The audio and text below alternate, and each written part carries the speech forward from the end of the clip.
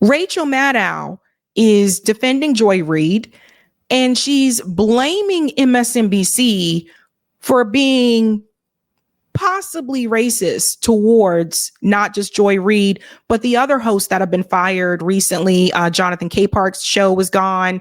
Iman's show is gone. Although I think Iman and Jonathan may get other positions at the network, but their shows are gone.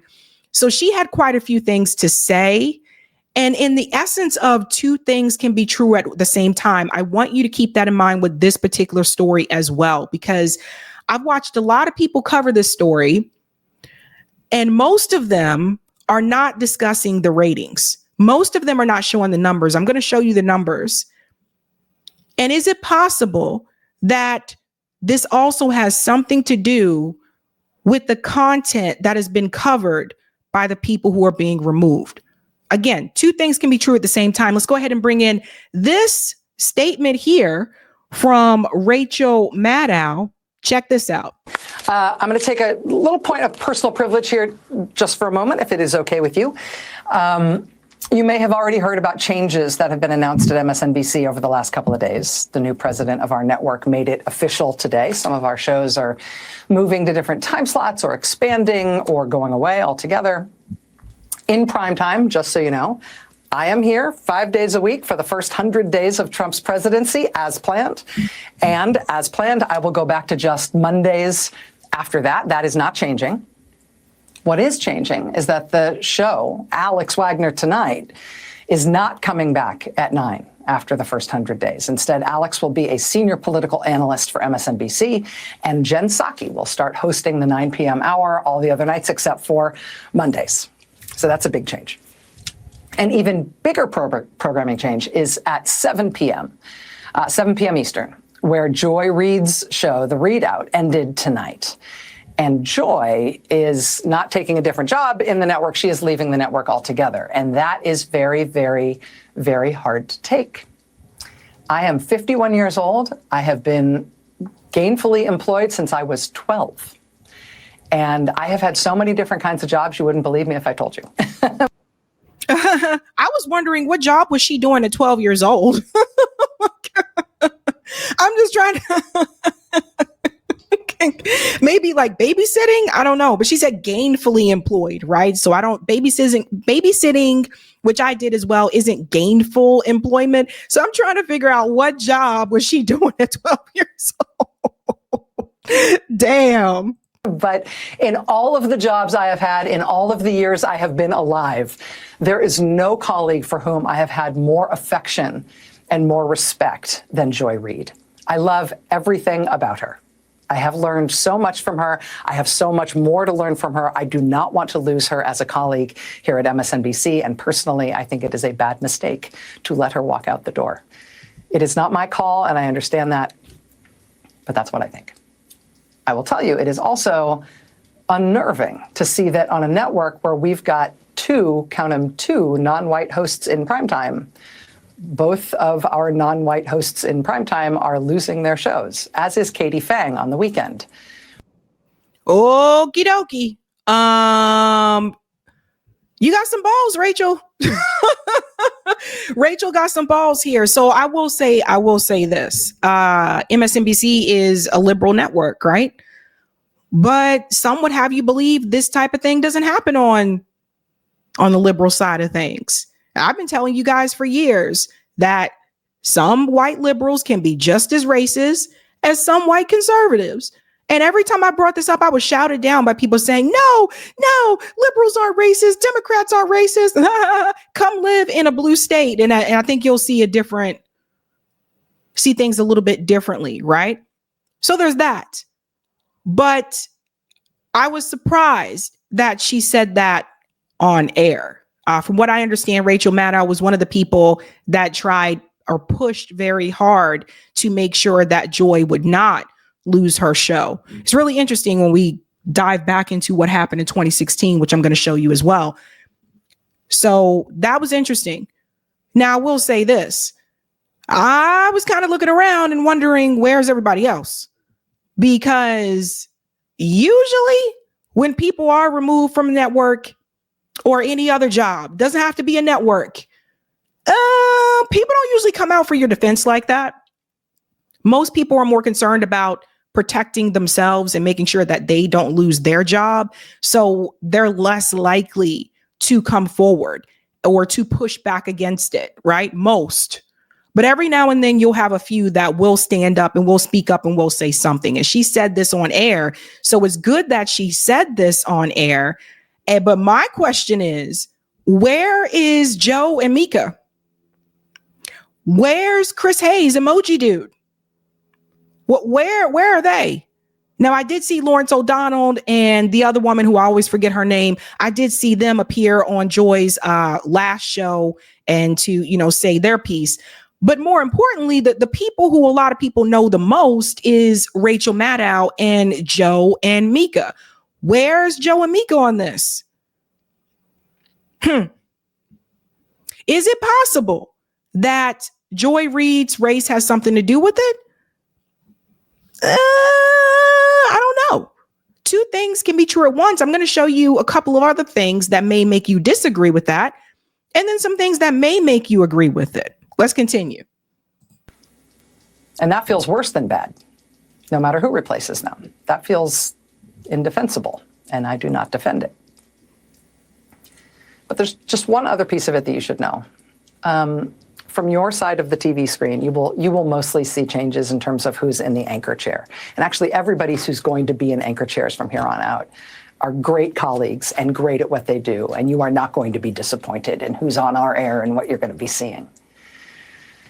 But one thing you cannot necessarily see is that the people who get our shows on the air, they're really being put through the ringer.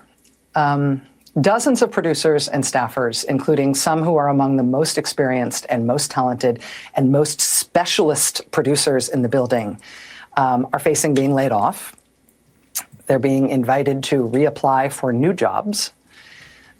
That has never happened at this scale in this way before when it comes to programming changes, presumably because it's not the right way to treat people and it's inefficient and it's unnecessary. And it kind of drops the bottom out of whether or not people feel like this is a good place to work. And so we don't generally do things that way. I think people have been feeling it's not a good place to work for quite some time. I did tell you guys last year, I sounded the alarm. I told you a year ago that MSNBC was looking to make changes and that they were looking to make cuts. Don't forget that Rachel Maddow, her original salary was $30 million a year. She's now $25 million a year because she took that $5 million pay cut. They were already making changes. But I told people about what was coming over a year ago. I told you about what was coming with CNN and what was coming with MSNBC because their ratings were continuing to decline. And that was during the Biden-Harris administration. I guess they were hoping to get a little bit of momentum if Kamala Harris would have won that election, but obviously that did not happen. And the ratings continued to decrease after Kamala lost. And that's the other thing. If Kamala would have won, things could have been a little bit different. But I warned you guys that this was coming. I told you that MSNBC, they had already made some type of agreement here with Comcast. They were looking to make a change and they were looking to make cuts. So I sounded the alarm a year ago. Let's let her finish here. Maybe all of our folks, including most of the people who are getting this very show on the air right now, maybe they will all get new jobs here. And I hope they do. But in the meantime, being put in this kind of limbo, the anxiety and the discombobulation is off the charts at a time when this job already is extra stressful and difficult. It is not news for me to tell you that the press and freedom of the press are under attack in a way that is really, it's a big deal for our country. It's very visceral for us here. I know that the business of the press is not an easy thing, and I know that no job is forever. But I think I'm safe in saying for all of us anchors who you know through the TV, please know that what pains us the most is not what happens to us. It is what happens to our coworkers on whom we depend and who you don't necessarily know, but we respect and love them and depend on them. And did I mention we respect them? Okay, so here's the thing again. Rachel Maddow makes $25 million a year. A year. Right? So Just keep that in mind. Because when I show you something else, again, this is not new what MSNBC is doing. At King Mike had a really good point here, and some people may have forgotten about this. He's responding to what Rachel said about Joy. Why didn't she do this after MSNBC racial purge of 2016? They fired Melissa Harris Perry, Jose Diaz Balart, and other minority hosts, and no one blinked an eye. See, this brings up other things. Let's go back to 2016. Does everybody remember this? Former MSNBC host Melissa Harris Perry says her firing by the channel 100% has racial implications. So some of you may not remember Melissa Harris Perry, but I remember her. And one of the things that I want to mention is that with her particular situation, she made it very clear that the network was not going to tell her what she could or could not talk about. That was one of the issues that Melissa brought up. And she said, I'm not going to sit up here and just basically be a puppet. There were disagreements that the network had with what she wanted to talk about, and I guess how she wanted to talk about it. And that's what happens with corporate media. That's how corporate media works. The people who kiss the most ass and walk that line that they want you to walk, those are the people that are more likely to get promoted. Those are the people that are more likely to get the great time slots, right? And I bring up Melissa Harris Perry because I just want to remind you of something else. Where do you think Joy Reid came from? It was Melissa Harris Perry who was there in that spot. When they fired Melissa Harris Perry, that opened the door for Joy Reid. See, people forget. Okay? So, it just kind of like, I don't know. These things come back around. When Melissa Harris Perry was fired, that door opened up and Joy Reid walked right through that door, just as Simone Sanders is about to walk through Joy Reid's door. So one of the things that people are also not mentioning is that, yes, Joy Reid lost her show, but Joy Reid isn't being replaced by someone who's white. Joy Reid is replaced by two Black commentators who are already on MSNBC and one Latina commentator. So Simone Sanders, Michael Steele, and Alicia Menendez, whose father is Bob Menendez, who actually just was indicted. Not her fault, but just saying. There may be a conflict of interest if you got to talk about her dad, but they are the ones that are replacing Joy Reid's show. They already have a show on MSNBC, but they're going to replace her time slot. Now, what's different about these folks? We all know Simone Sanders is willing to kiss up to people. This is not a first for her. Simone does what she needs to get that check. This is someone who came from Bernie 2016, and as some would point and call her a mole as a part of that campaign, happily, trashed Bernie 2016, then hopped on over to Joe Biden's 2020 campaign, hoping to get a press secretary gig with the Biden administration. Didn't work out. He picked Jen Psaki. Then she went crying on these interviews and saying, I was hoping I was going to get that damn job. So they gave her a job at MSNBC. And she's on this show with her and Michael Steele. And they do this panel type show. And she's kissed enough ass to be able to walk right into that spot. So do you guys see what I'm trying to tell you? What was done to Melissa has now been done to Joy. And now Simone is about to reap the benefits of that and walk right through that door. Now, again, is Simone Sanders going to say, oh, I don't want to do that to Joy? No. These people are opportunists. Is Michael Steele going to say, I don't want to do that to Joy? No. Media is a dirty, dirty industry. And we all know that show business can be dirty. Media can be dirty too. Even at some of these local news stations, listen, I interned at a local news station many years ago. Even at some of these local news stations, people will do dirty things to get that anchor spot. You'd be surprised. So you see who the replacements are. Now, what is the difference there, right? I told you Simone Sanders is a kiss up. Michael Steele is a little bit more right leaning. Like I wouldn't even call Michael Steele a liberal. He used to be a Republican and now he's like kind of a Democrat, but he's a little bit more right leaning. They're not going to try to rock any type of boat. Now, there was something interesting that I want to show you as well. Like I said, when we get to these numbers, and then I'm going to show you what Joy Reid said. When I go look at the numbers present a different story. And I've seen a number of people who covered this topic, and they're not showing you this, but I'm going to show it to you. Okay. I think that if you worked in corporate media, I think that you may have a little bit more sympathy. Okay. I didn't work in corporate media. If you worked in corporate media and you were friends with Joy, I think you may be a little bit biased. You're going to be a little bit nicer towards her. I didn't work with any of these people. I didn't work at any of these networks. So I'm going to show you what people are not showing you, including some of those who are independent and didn't pull up these numbers. When we look at the numbers, the number one show on MSNBC is Rachel Maddow's show. But even she saw a decline. Even she's noticing a little bit of drop off right here. She's down 9%. Okay. You see, they all falling. We'll get to Emoji Boy in a second.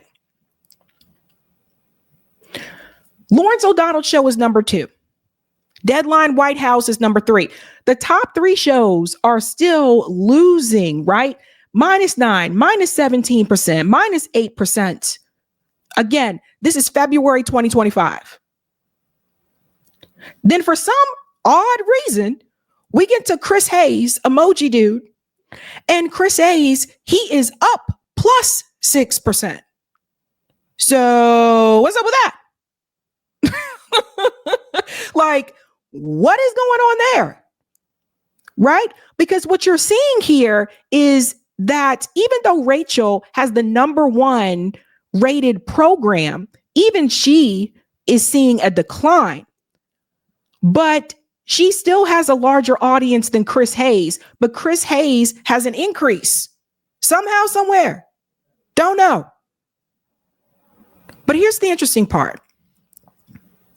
The cutoff apparently happens, scoot up a little bit, at the top 6.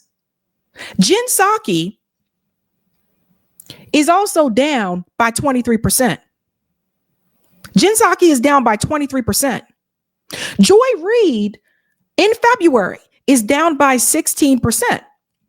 But Jen Psaki still has a larger audience than Joy Reid. So it looks like to me, they stopped at the top 6. We are keeping the top 6. Everybody else got to go. But is that really what they did? I don't think so. If you look a little bit closely, you'll see something else. After Joy Reid's show was number 7. Number 8 is Stephanie Rule, however you pronounce her name. Stephanie is down 7%. Stephanie is staying. Stephanie's show was not canceled. Al Sharpton is down 2%. Politics Nation with Al Sharpton has over 458,000 viewership. So why is Al Sharpton keeping his show? Al Sharpton has less viewers than Joy Reid does. Why is he keeping his show? We go down here to 10 and 9, which is Jonathan Capehart. So he has 2 shows. He has a Saturday show and he has a Sunday show. For whatever reason, he is down 4% with the Saturday show, but he's up +66% with the Sunday show. John Capehart is also Black. His viewership is less than Al Sharpton and less than Joy.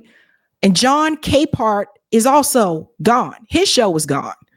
They got rid of him too. Why is Al Sharpton still? See, these are the questions. People need to look at these numbers And I noticed a lot of people who covered this topic didn't look at the numbers. Because while everyone's saying, why'd they get rid of Joy? People need to ask, why is Al Sharpton still there? Now, we'll look further. The beat weekend is plus 164%. Ayman is the gentleman. You guys have seen him before. He's Arab American. He's talked a lot about Israel and Gaza.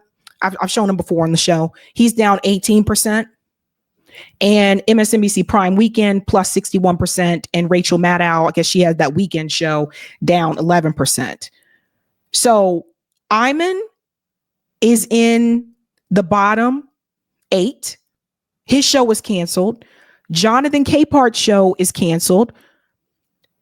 But Al Sharpton and Stephanie are still there.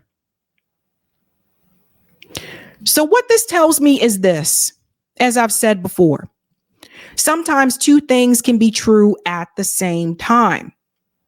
It could be that obviously the numbers don't look too good for those people. So I think with Joy, it's a combination of things. Yes, her ratings are down. And I can't believe the number of people who covered this in independent media and didn't even mention this at all. Yes, her ratings are down. But if that can't be the only reason, because if it's the only reason, then Al Sharpton would lose his show and Stephanie would also lose her show. And they haven't lost their shows. So that tells you it's something else as well, right? So when you look at these individuals, they ain't really talking about Israel that much. They ain't really talking about it. And Joy, I will say this, Joy Reid talked about Gaza, and there was mild criticism. I'm seeing people say, oh my God, it's because she heavily went after Israel. No, she didn't heavily go after Israel. I've covered it on the show. I've shown some of her segments when she talked about Israel and Gaza, but it was mild criticism. It's not like she was sitting up there and she was saying, oh God, Israel is a terrorist state. It's an apartheid state and da-da-da. No, it was mild criticism. And she was mainly criticizing the number of, children that she was seeing die and all that type of stuff. Totally get that. But it was mild. When it comes to Jonathan Capehart, Jonathan has probably been one of the more corny. Like, I'm sorry, I'm not trying to be mean, but I've shown Jonathan on this show before too. Jonathan Capehart, black man, also a little kind of corny. Like, the guy with the black guy with the glasses. You guys have seen him before. Kind of young, or looks kind of young. Kind of corny. Like, I'm not trying to be mean, but kind of corny. I didn't see him out there like defending Gaza and Israel that way. Ayman, yes. Ayman's show heavily talked about that. He featured several Palestinian Americans, Arab Americans. Yes. Ayman, absolutely. And he is Arab American. So yes, I totally will point to that. But I think that when it comes to Joy, it was a combination of things. I think it was obviously the ratings dropping. I think it was obviously, don't forget the hot mic moment when Joy Reid said, starting another damn war. Don't forget about that. And that wasn't supposed to be on air. And then I also think, yes, because of that mild criticism of you're not really supposed to criticize Israel at all in corporate media. So I think some of that mild criticism that she had was also a part of it, but I don't think it was one thing. Some people are saying it's just because of Gaza. No, it's not just because of Gaza. Not in her case, right?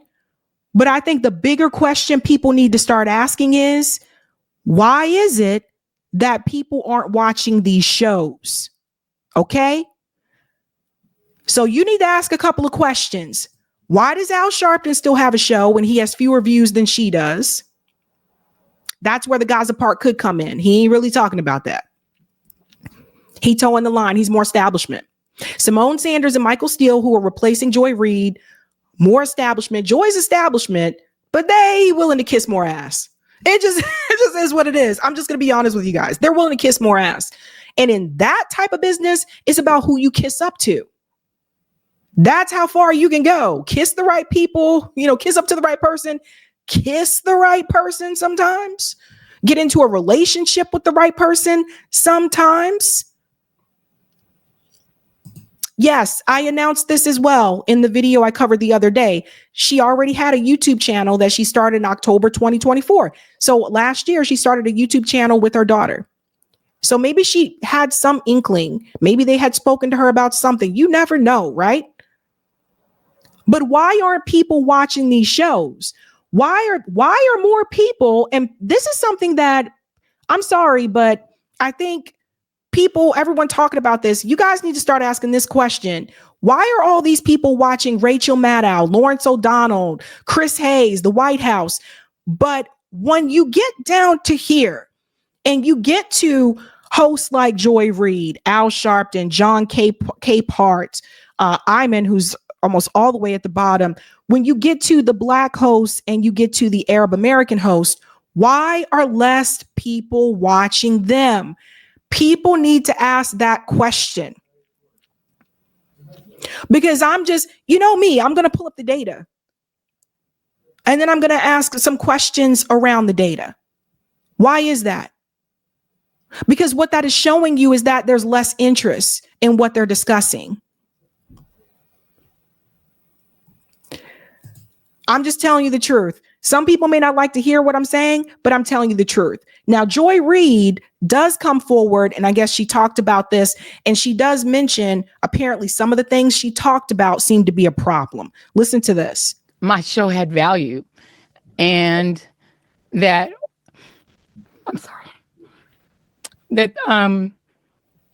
what I was doing had value.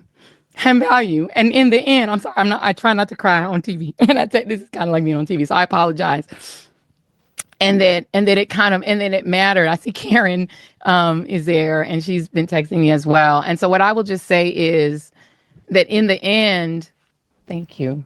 Where I land is that the moment of guilt that I felt, that I went hard on so many issues, whether it was the Black Lives Matter issues of a young baby or a mom or a dad that was killed, or when we opened up people's eyes to the fact that Asian Americans were being targeted and not just Black folks, or went hard for immigrants who've done nothing but come to this country like my parents did and try to make a life and defended them, or whether we've talked about what the president is doing that is subversive to the Constitution, that is injurious to our liberty, defending books that people find inconvenient, that Nicole Hannah-Jones put into our spirit, that we need to understand 1619 as the real founding of this country, whether it's talking about any of these issues, and yes, whether it's talking about Gaza and the fact that we as the American people have a right to object, to little babies being bombed. And where I come down on that is I'm not sorry. Okay, so that part right there lets you know that obviously there must have been some concerns about some of the topics that she discussed. So some of the Gaza stuff and some of the BLM stuff, although she's been talking about the BLM topics for years, but apparently some of that might have been an issue there.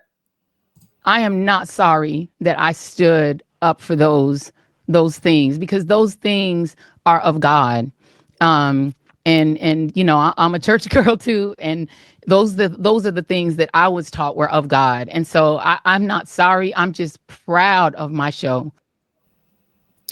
So it was interesting with her crying there, because it's just like she says, like, she really thought that what she was doing had value. And it's just, I think that if she would have been paying more attention to independent media, or maybe if she would have paid more attention to people who were tuning out, like people who were tuning out of the show, then maybe she would have seen something different, right? Because the reality is, and I'm gonna get to this in just a second, something that Mark Lamont Hill said here, and this was mentioned to me, I want you guys to hear something that Mark Lamont Hill said on his show about how great Joy Reid was. And now I know that Mark Lamont Hill came from corporate media. I totally get that. I understand that. But I felt like this part here is a stretch. And I do want to disprove something here just a second. Listen to this. What do you mean by that? Joy Reid is courageous and she is honest. She is one of the few voices on the network who is willing to criticize the party. Okay. Courageous and honest. I totally disagree with that. People have to remember that during Bernie's campaigns, Joy Reid was one of the commentators that lied about Bernie Sanders' campaign. She was one of the commentators that smeared Bernie supporters. She also smeared and lied about the ADOS organization. These are just a few things. She was not courageous when it came to standing up to corporate donors and corporate money. In fact, I remember her tweeting this out. She even tweeted out, like, get over this talking point of being against corporate money. So if you were someone that is progressive, if you were someone that is to the left of the Democratic Party, Joy Reid really was not a friend to that movement or to a lot of these policies that you really wanted. In fact, she did everything in her power to go against that. So what I didn't understand from this conversation that was coming from Mark Lamont Hill, why are you trying to defend Joy Reid in such a sense that you are willing to say that she was honest and that she was courageous? No, she wasn't. The criticism that she had of Israel, again, was mild. She wasn't courageous to stand up against donor money. She wasn't honest when she was lying about Bernie campaign. The number of lies. There was a number of times I had to call out her lies on the show. She wasn't honest when she sat up there and lied about Kamala Harris's campaign. And she said that she ran a flawless campaign. That was a lie. There's no such thing as a flawless campaign, period. I don't care who you are, period. She was lying when she was talking about the support that Kamala Harris had. The numbers I showed you were true. The numbers that Joy showed on her show, which I called out on the show, were false. So what are we doing? What are we doing? Let me continue. Yes, she is a Democrat in ways that I'm not. I'm not a Democrat. And she supports the Democratic Party in ways that I don't. And she and I haven't always agreed on voting patterns and such. She's called me to task on my choice, and I've done the same to her. I haven't really called her to task, but I've disagreed with her calling me to task. You know what I'm saying? Again, I don't always agree with Joy. I agree with her on the Bernie stuff. We have some disagreements, but at the core, Joy Reid believes something and she advocates for it. And when she doesn't believe something, she challenges it, even if it isn't the popular decision. This is why. So there's a difference between having a disagreement with someone about a political campaign or political strategy and just flat out lying. Joy Reid lied. And I don't understand why Mark Lamont Hill was trying to sit here and trying to, I don't know, like heavily defend her or whatever, because he knows her. There may have been, a professional relationship there. I understand that, but she lied. So I can disagree with you about something, but there's a difference between disagreeing and flat out lying about something as well. So I want to show you what this looks like, because see, people think that I forgot. I didn't forget. I said, also remember Joy Reid lying about Bernie's campaign, smearing Bernie supporters. She also smeared ADOS, and yet people are saying she was always honest. No, she was not.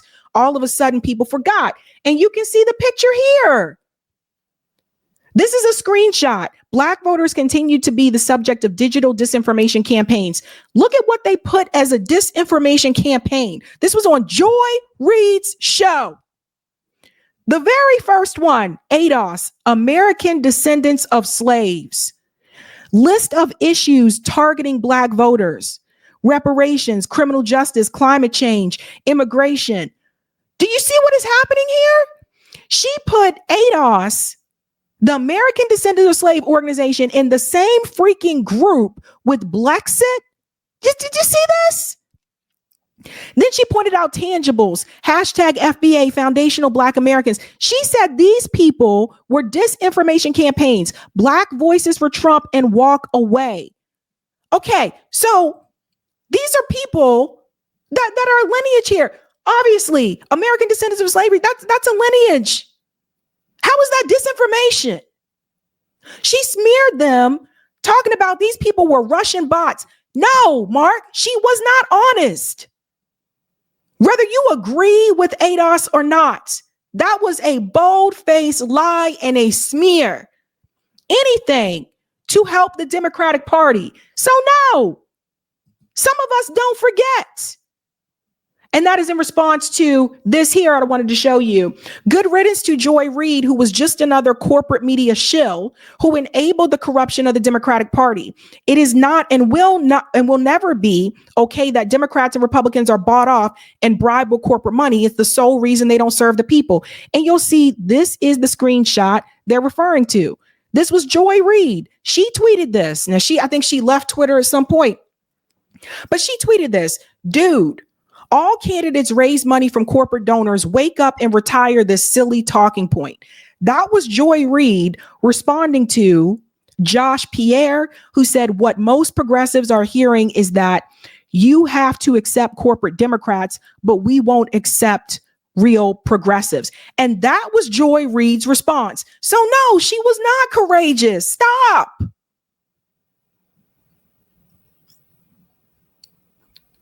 When it came to progressive policies, when it came to like progressive and all that type of stuff, Joy Reid was not your friend. Joy Reid was an enemy. She was actively working against you.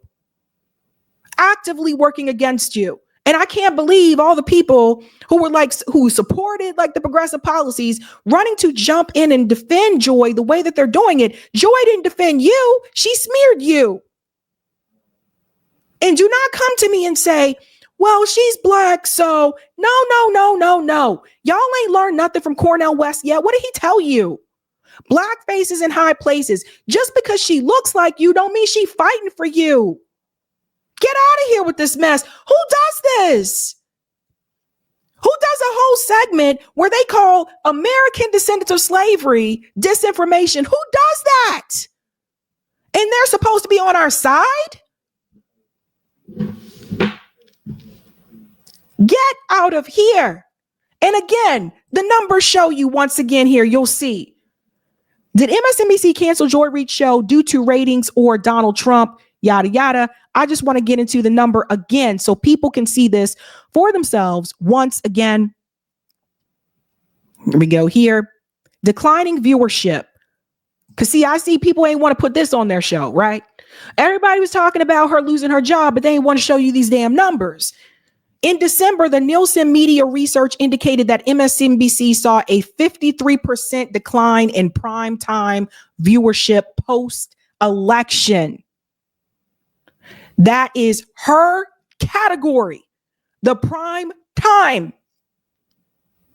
So with her, again, two things can be true at the same time. It's multiple things.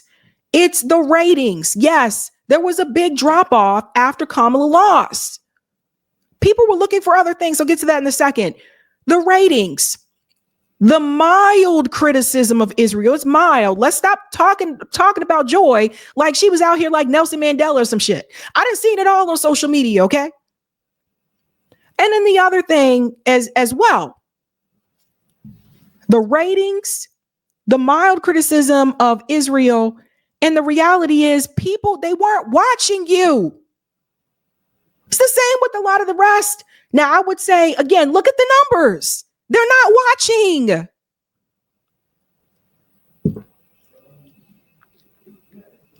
Those people who dropped off from those shows, what did they go to watch? After the election, they were looking for answers somewhere else. Maybe that's you. Maybe you're one of those people that was like, wait a minute, I think they lied to me about Kamala's chances. I need to seek out information elsewhere. Maybe you were one of those people. Maybe that's how you found other independent media channels. I don't know. But they went somewhere.